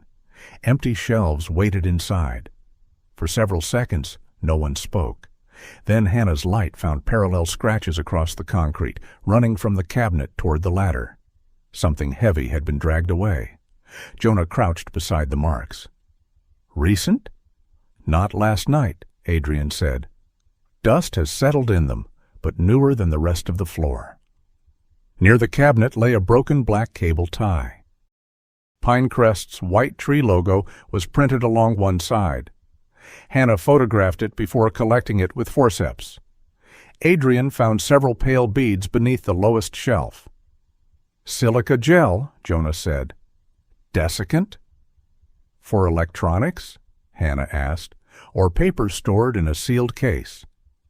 The chamber had held something. Someone had removed it. Jonah struck the empty cabinet with the heel of his hand. Walt trusted this place. Walt built more than one layer, Adrian said. Jonah looked at him sharply. That does not make an empty cabinet less empty. Above them, Ghost barked, not loudly. Once. Adrian climbed the ladder. Ghost was no longer looking toward the hatch. He faced the northern wall, body rigid despite the harness. Behind the wall, water moved in a slow, irregular rhythm. Drip. Pause. A faint run-through pipe. Drip. Ghost pulled toward it. Adrian followed only as far as the painted boundary Hannah had marked on the floor from the property survey. The line cut through the mill at an angle. Beyond it lay the old north storage section covered by Pinecrest's access agreement. Ghost stopped at the line. His head remained turned toward the wall. Jonah joined them with the maintenance drawing. The drainage pipe runs parallel to a sawdust evacuation tunnel, he said. They used it to clear buildup beneath the sorting floor. Is it shown here? Hannah asked. Partly. The plan ended at the old property boundary. A second sheet should have shown the continuation, but that page was missing. Jonah traced the remaining tunnel with one finger. If Walt made B-17 obvious enough to find, the cabinet may have been bait. The real room could sit behind this wall. Adrian listened to the water. The phrase on the photograph changed meaning, not a poetic instruction, a distinction. Listen for the water, not follow the number. Ghost strained forward. Adrian held him back. On the other side of the painted line, the floor belonged to the legal argument Pinecrest had spent years preparing. We can see a wall, Adrian said. We can hear water behind it. We have a plan showing a tunnel. Hannah nodded. We do not have authority to open it. Eleanor owns the building. Pinecrest has enforceable use rights over that section until a court says otherwise. If we break through and the search is ruled unlawful, Caldwell's attorneys will spend the next year arguing that everything beyond it is contaminated. Jonah folded the plan too sharply. So we wait while he moves whatever is left. We establish facts that survive him. The frustration in Hannah's voice was controlled but not absent. Adrian understood her position. He also understood the wall was perhaps 3 feet of rotten timber between them and the truth. 10 years earlier, he would have treated that distance as permission. He knelt beside Ghost instead. The dog's breathing had quickened. Adrian slipped one hand beneath the harness and turned him away from the boundary. Not yet. Ghost resisted for a moment, then allowed himself to be led back. The decision felt less like patience than surrender, though Adrian knew the difference mattered. They left the mill with the photograph, documented plans, cable tie, desiccant beads, and evidence that the B-17 chamber had been emptied. It was not what they had come to find. It was enough to show someone else had searched first. At the church, Samuel was waiting beside the office telephone with Walt's worn Bible open across his desk. Loose pages and notes covered the surrounding floor. "I found something in the binding," he said. A narrow strip of paper had been glued beneath the inner spine. 17 names were written on it, each beside an address or telephone number. Hannah scanned the list. "These are not the same as all 17 injury cases." "No," Samuel said. "Some are relatives, 2 were supervisors. 1 worked payroll." The church phone rang before he could continue. Samuel answered. A woman spoke rapidly enough that the others could hear the panic without understanding the words. Samuel's expression changed. "Lock your door," he said. "Do not give them anything. Sheriff Reyes is here." Hannah took the receiver. The caller was the daughter of one of the injured workers. 2 men claiming to represent North County staffing had visited her father's house. They offered money for old company paperwork and warned that keeping confidential documents could expose the family to legal action. "They're collecting what they missed," Jonah said. Hannah ended the call and reached for her radio. At that moment, Jonah's phone vibrated. He looked at the screen, frowned, and stepped toward the church vestibule. The message came from Caleb Dunn, a man who occasionally brought heavy equipment to Jonah's garage for repair.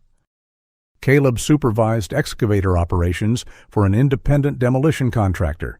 The text contained a photograph of a work order. Voss Mill. Emergency north section removal, scheduled for the following night. Storm conditions expected. Jonah called immediately. Caleb answered in a whisper. He explained that Garth had moved the demolition forward, claiming the north roof might collapse under the incoming snow load. The paperwork appeared legitimate, yet the instructions did not focus on the roof supports. Caleb's crew had been ordered to dig beneath the north sorting floor. "How deep?" Jonah asked.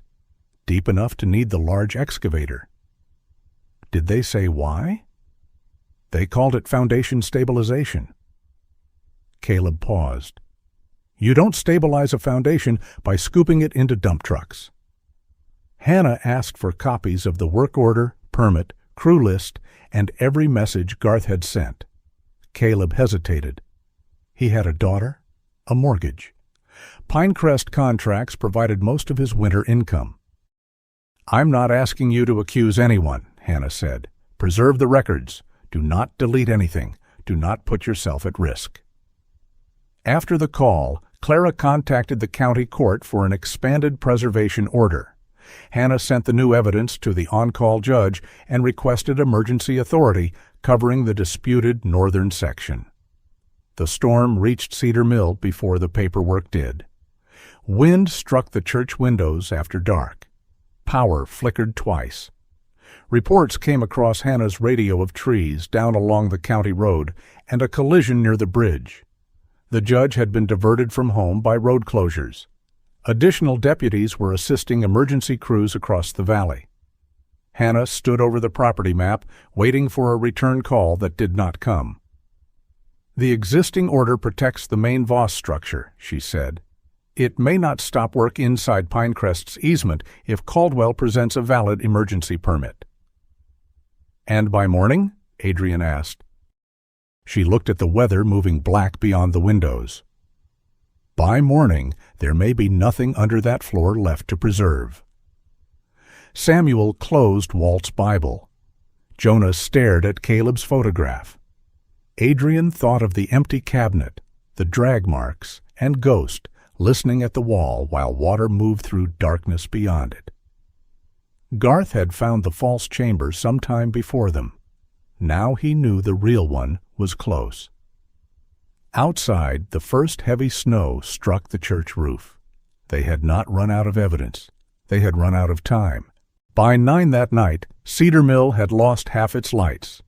The storm came over the western ridge in one solid wall, swallowing the higher slopes before dropping into the valley. Snow moved sideways across the roads. Power lines snapped beneath ice, and the wind pressed against Samuel Hardy's church hard enough to make the stained glass windows tremble in their frames. The fellowship hall had become a temporary shelter. Cots stood between folding tables. A battery lantern burned near the kitchen. 3 families from the North Road waited beside a propane heater while Samuel distributed coffee, blankets, and instructions with equal confidence. Eleanor sat near the wall in her plum-colored coat. Ghost lay at her feet, his green support harness already fastened around his hips. Lillian Park had insisted on keeping him close after the strain of the previous days. The old dog's breathing was steady, but he had eaten little since afternoon. Adrian stood beside Hannah's portable radio, listening to reports overlap. A truck had rolled near the county bridge. 2 fir trees blocked the western road. The nearest available deputies were assisting an ambulance trapped behind a fallen power pole. Then, beneath the radio static, another sound reached the church. A low mechanical rumble rolled through the storm. Eleanor lifted her head. The sound came again, distant, heavy, rhythmic. Excavators. "No," she whispered. Adrian moved toward her. Eleanor gripped the arms of her chair, her pale eyes fixed on something beyond the church walls. "They're starting the line." "It's not the mill," Adrian said. "Walt is underneath." Ghost raised his head. The next vibration seemed to travel through the floorboards. His ears moved forward. He forced himself upright before Adrian could reach the harness. "Ghost?" The dog limped toward the door and scraped one paw across it. Eleanor began repeating the same sentence. "Walt is under the water." "Walt is under the water." Samuel knelt beside her, speaking softly. Naomi checked her pulse and tried to guide her breathing. But Ghost did not look back at Eleanor. He looked at Adrian. Hannah's phone vibrated. The message contained a video from Caleb Dunn. The frame shook inside an excavator cab. Beyond the glass, Voss Mill stood beneath floodlights, snow racing through the beams. Garth Caldwell's voice came through the recording. "Take the bucket through the north floor. We clear the foundation tonight." Caleb answered, "The permit says roof removal. The floor is part of the hazard. There may be people inside." The building was cleared. The video ended. A second message followed. "He wants us digging now." I stopped the machine. "He's bringing another operator." Hannah called Garth. He answered on the 3rd attempt. "Mr. Caldwell, suspend all demolition activity at Voss Mill." The connection cracked beneath the wind. Garth's reply came in broken fragments. "Emergency permit, roof failure, cannot hear. You have been given a direct order to stop pending verification." "Signal is bad, Sheriff." The call ended. Hannah stared at the screen. "He heard me?" "Can you stop him?" Jonah asked. "I can go there and issue the order in person." "Your deputies?" "Blocked south of the bridge." Adrian reached for his jacket. Hannah pointed at him. "You're not going there to confront Caldwell. I'm going to check the structure. You're going nowhere without understanding this. A collapsing mill is not a battlefield, and I am not deputizing you." Jonah was already collecting equipment from the rescue truck outside: helmets, respirators, 2-way radios, lights, and a coil of static rescue rope. "There could be workers inside," he said. "Caleb said another operator was coming. That north floor has voids beneath it." Hannah looked between them. "You enter only if there is an immediate life safety concern. No pursuit. No evidence recovery unless it is in plain view and safe to retrieve." Adrian nodded. The old version of him would have resented the limits. Tonight, they gave him something firm to stand on. Lillian followed them to the parking lot, leading Ghost by the leash. "He stays in the vehicle," she said. Ghost resisted at the open rear door. Adrian crouched beside him. "You have spent enough steps." Ghost looked past him toward the dark road. Adrian lifted him carefully into the truck. Eleanor's fingers remained buried in the fur along his neck until Lillian gently drew her hand away.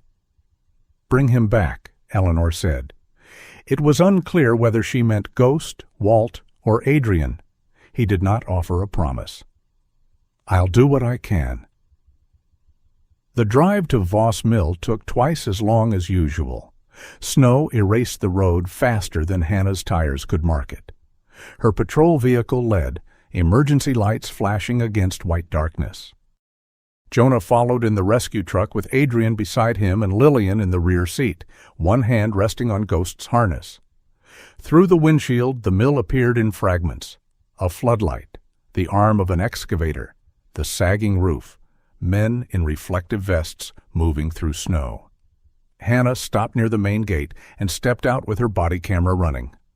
"Sheriff's office," she called. "All machinery off." Caleb killed the excavator engine immediately. The second machine continued idling.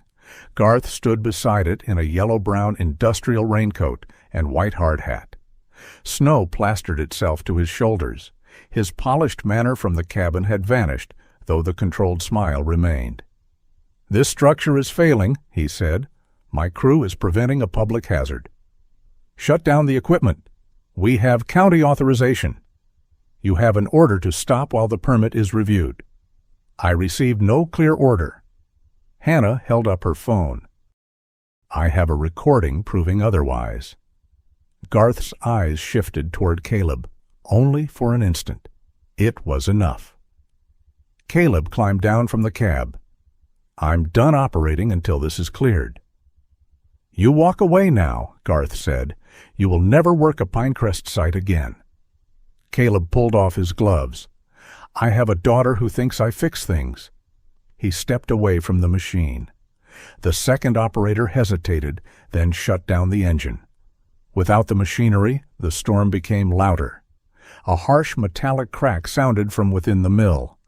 Jonah looked toward the northern wall. That wasn't the roof. A section of siding buckled inward. Hannah spoke into her radio, requesting fire and structural rescue, though the reply came back fragmented. Units were delayed by road closures. "Lights inside," Caleb said. "What?" Adrian asked. "I saw them through the north windows before you arrived. Garth said it was reflected equipment light." Garth turned sharply. "There is no one in that building." Another light flickered behind the boards. Jonah opened the rescue truck. "Could be workers." Hannah made the decision. "Adrian, Jonah, visual sweep only. North access corridor, stay on radio. If the structure shifts, you exit." Lillian opened the rear door to retrieve respirators. Ghost slipped past her. He did not leap or sprint. He landed awkwardly, nearly collapsing, then recovered and began limping toward the mill. "Ghost!" Lillian caught the trailing leash but lost her grip when a gust pulled the door against her shoulder. Adrian reached him near the entrance. The dog's body shook with effort, but his direction did not waver. He went toward a narrow side door, partly concealed behind the old loading chute. Jonah stared. Walt used that door every morning. Adrian secured the harness around Ghost's hips. "We take him 20 feet. If he fades, I carry him out." Lillian looked ready to argue. Then the mill groaned again.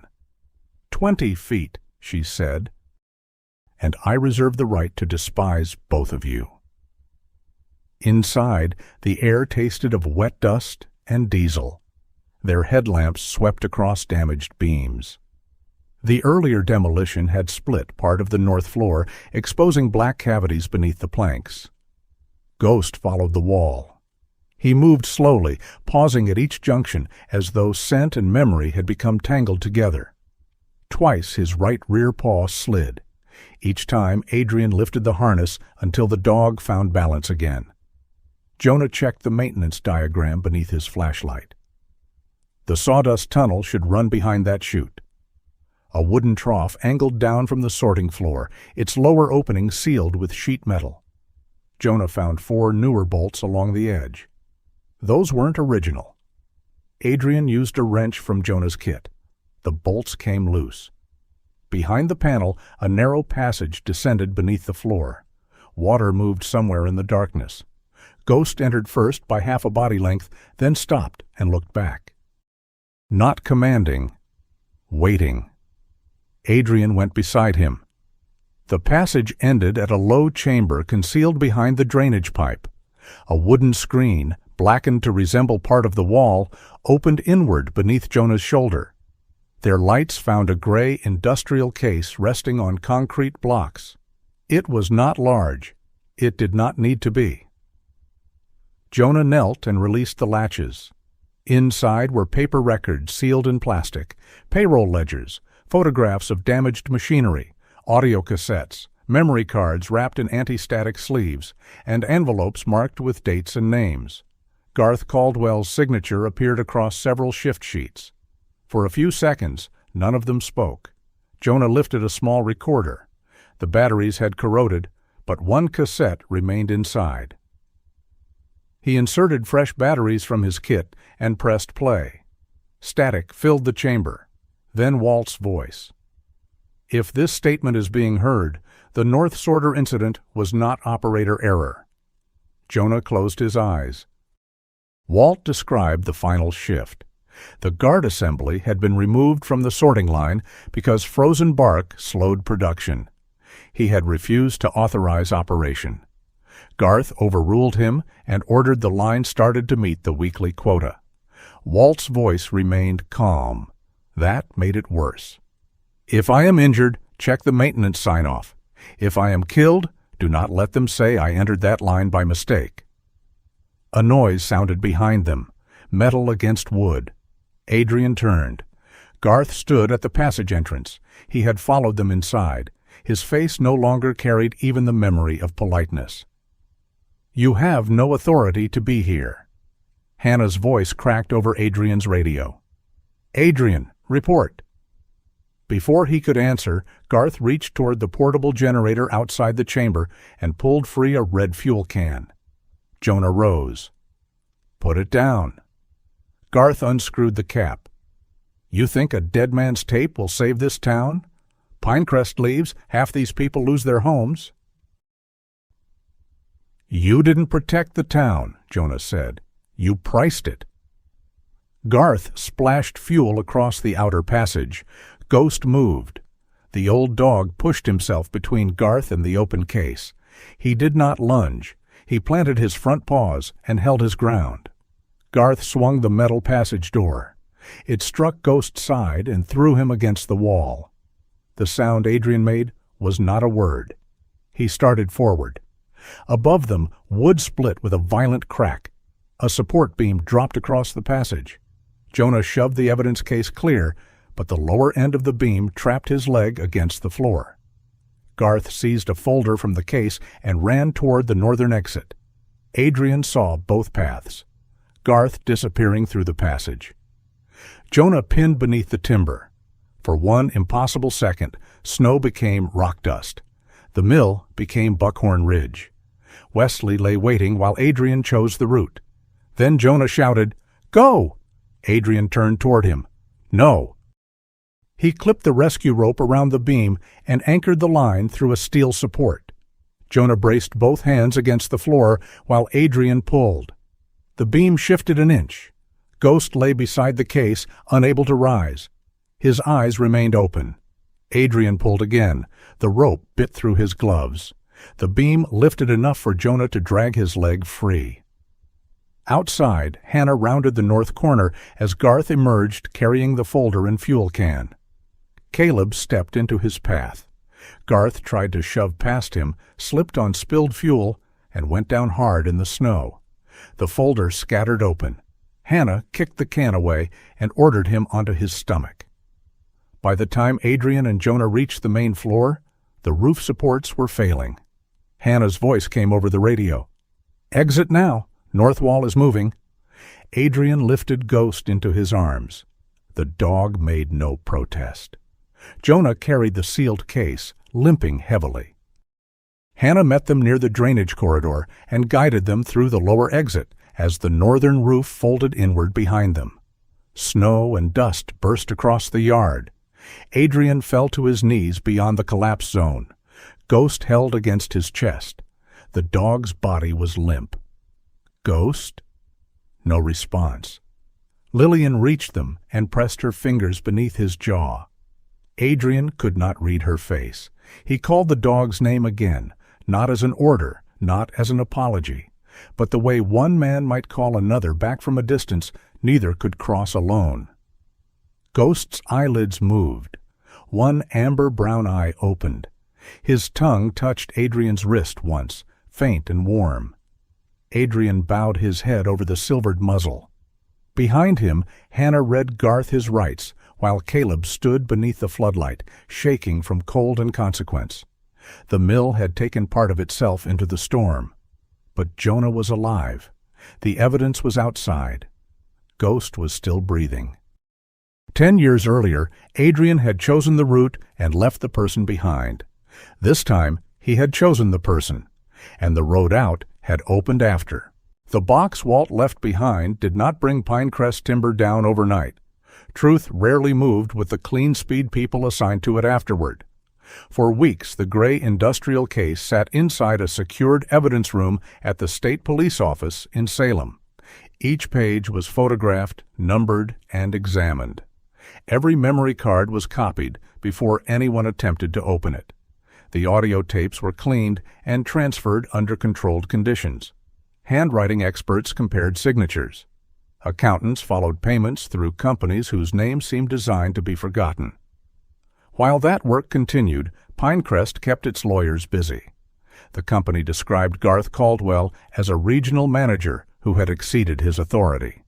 Public statements praised worker safety, promised cooperation, and referred to the dead as members of the extended Pinecrest family. Mabel Knox read that phrase in the newspaper and crossed it out so hard the pen tore through the page. Mason Lee arrived in Cedar Mill 3 weeks after the storm. He was 34, thin, and slightly stooped from years spent leaning toward screens. His dark hair was clipped short above rectangular glasses, and he wore a state police jacket over a sweater that seemed better suited to a university library than a damaged sawmill. Mason spoke quietly and never touched a device before, photographing it from several angles. The copper tube from Ghost's collar contained a micro SD card beneath the false metal insert. Time and moisture had damaged part of its storage, but Walt's precautions had worked. The card had been wrapped in anti-static film and sealed with wax at both ends. The encryption phrase came from the original B-17 records. Once opened, the card revealed scanned shift sheets, audio interviews, copies of internal messages, and a running list of temporary worker codes. Mason matched their creation dates to the paper documents found beneath the mill. Some files had been copied from Pinecrest systems within hours of the accidents they described. "It does not prove every claim by itself," Mason told Hannah. "It proves the records existed before anyone had reason to manufacture them for this investigation." That distinction mattered. So did the people. Mabel gave her statement first. She sat in Hannah's office with Frank's lunchbox on her lap and corrected the written transcript whenever it made her sound braver than she remembered being. Caleb provided the video from the demolition site, along with work orders, messages from Garth, and payroll records from his contractor. 2 members of the crew confirmed Garth had ordered them to excavate beneath the floor while telling them the building had been cleared. Then others came forward. Dennis Mora arrived one morning before the sheriff's office opened. He waited in his truck for 20 minutes before walking inside. A former payroll clerk brought photocopies she had hidden in a recipe binder. A retired supervisor admitted he had signed false incident reports because Pinecrest threatened to end health coverage for his wife. Fear did not vanish from Cedar Mill. It simply stopped being lonely. Under court order, Pinecrest surrendered accounting files, personnel records, and internal communications. Investigators found payments routed through North County Staffing, the labor company registered to Garth's brother-in-law. Temporary identification codes matched workers named in Walt's records. Bonuses paid to Garth increased during years when reported injuries dropped, even as Naomi's medical pattern showed severe accidents continuing. Several lower-level managers cooperated in exchange for reduced charges. What emerged was not a carefully designed murder plot. It was, in some ways, worse. Garth had removed protections, ignored warnings, and treated preventable injuries as acceptable expenses. When Walt refused to approve an unsafe machine restart, Garth overruled him. After Walt died, Garth altered the scene, pressured witnesses, and rewrote the death as one old man's mistake. Then he committed new crimes to keep the first ones buried. The charges accumulated slowly: evidence tampering, fraud, reckless endangerment, obstruction, attempted arson, and offenses related to worker exploitation. The exact language changed as prosecutors built the case. Walt's name did not return because a judge announced him innocent in a dramatic courtroom. It returned through amended reports, corrected records, and families finally hearing officials say that the dead had not caused their own deaths. Adrian attended some hearings. Not all. He discovered that staying did not require standing in every room where pain was discussed. Sometimes it meant driving Eleanor to an appointment. Sometimes it meant carrying Ghost down the cabin steps at 3 a.m. because the old dog's hip had stiffened in the cold. Sometimes it meant replacing the broken furnace line before the next winter instead of promising to do it later. 18 months after the storm, the surviving portion of Voss Mill opened its doors again. The northern section could not be saved. Its roof and sorting floor had been removed, leaving an open courtyard where the hidden chamber once stood. The main workshop, offices, and western maintenance bay were restored through settlement money, a state workplace safety grant, a non-profit fund supporting older laborers, and hundreds of volunteer hours. The new sign did not carry a corporate logo. Walt Voss Workers Safety and Training Center. Beneath the name, smaller lettering read, "No worker is disposable." On opening morning, the old mill sounded alive without pretending to be what it had been. Training saws operated behind modern guards. Instructors demonstrated emergency shutoffs. Older workers learned how to recognize illegal contracts, report unsafe conditions, and find jobs suited to their physical limits rather than their desperation. Jonah managed the technical floor. He wore a dark denim shirt and a leather apron, with safety glasses hanging around his neck and a pencil behind one ear. He had restored one of the old conveyor controls for demonstration, though he complained that the state inspectors had removed all opportunities for excitement. "They removed opportunities for fingers to leave the body," Hannah told him. That is the official phrasing. Naomi ran a small clinic twice a week from the former payroll office. Lillian parked her mobile veterinary van outside one Saturday each month and offered free checkups to workers' animals. Samuel claimed this made the center the only building in the county where dogs received better medical care than clergy. "No one has stopped you from getting examined," Naomi told him. "I have dignity. You have high blood pressure." Near the courtyard windows, Eleanor folded clean shop towels into stacks that varied wildly in size. Clara had completed a care plan that allowed Eleanor to remain in Cedar Mill.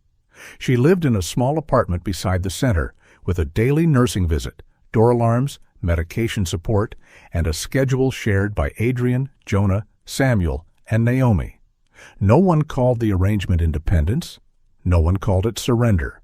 It was simply the shape care took when affection learned to accept help. Eleanor kept 3 flower pots on her windowsill. One contained lavender, one contained mint. The third held a stubborn cedar seedling that Jonah insisted would eventually destroy the foundation. Some mornings, Eleanor knew exactly where she was. Other mornings, she sat near the workshop doors and asked when Walt's shift would end. Ghost always rested beneath her chair. He no longer lifted his head every time someone entered. Age had softened his hearing, though not his judgment. His black saddle had grown thinner, and the silver spread farther across his face. The right hind leg remained weak, despite medication and therapy. Adrian had stopped measuring Ghost against the dog he remembered. He loved the animal who needed help standing. The animal who became offended when broth was not warm enough. The animal who occupied the best place before the cabin fire and responded to requests to move by becoming mysteriously deaf. Ghost's new brass tag read, Ghost, Foster/Voss S. Eleanor had objected to the slash. A family is not a road junction, she said. No one found a better solution, so the slash remained. Adrian did not sell the cabin.